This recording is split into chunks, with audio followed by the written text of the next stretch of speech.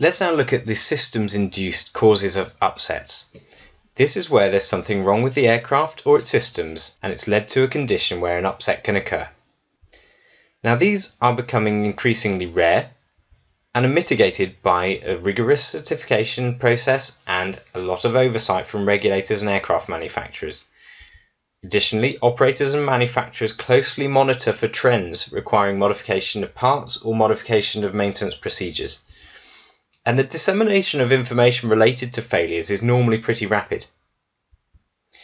However, it is a fact of life that failures still occur, and whilst they do, most are survivable if correct actions are taken. So in this section, we'll have a look at flight instrumentation failures, auto flight systems failures, and flight control systems failures and anomalies. Starting first with flight instruments then.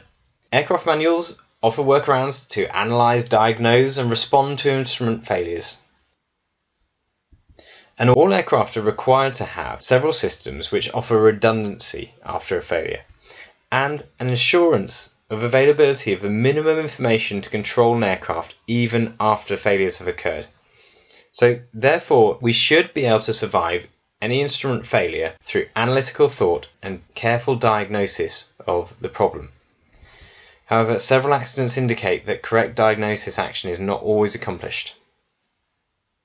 So the emphasis really in the case of flight instrumentation failures has to be on how are we going to recognise a failure and how are we going to diagnose it.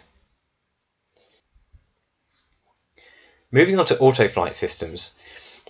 These feed data from other aircraft systems and monitor your altitude, heading, airspeed and flight path. The accuracy and reliability of these systems has been noted to lead to complacency amongst crews. And additionally, failures can be hard to recognise due to the level of integration with other systems. For instance, with an auto flight system taking its airspeed reference from a failed airspeed data source, it may be difficult to recognise exactly what's happening. So the first action of an upset recovery must be to reduce the level of automation in order for the pilot to get a better feel for the aircraft. Finally, moving on to flight control and anomalies. Examples can include engine failures at low altitude or high power settings, control restrictions, flap asymmetry, spoiler problems, trim runaway, or shift in cargo position. And failures here can vary wildly and cause a problem that isn't instantly obvious as to what is actually going on. Therefore, there is very little guidance that we can give in how to counter or avoid these situations. And really this is going to depend a lot on your own systems knowledge of your aircraft and its limitations, and your own ability to think laterally around a problem. So have a think about your own aircraft systems knowledge, and perhaps this is a good opportunity for you to think through the information that was given to you in your initial type rating and the notes that you still have probably in your home somewhere.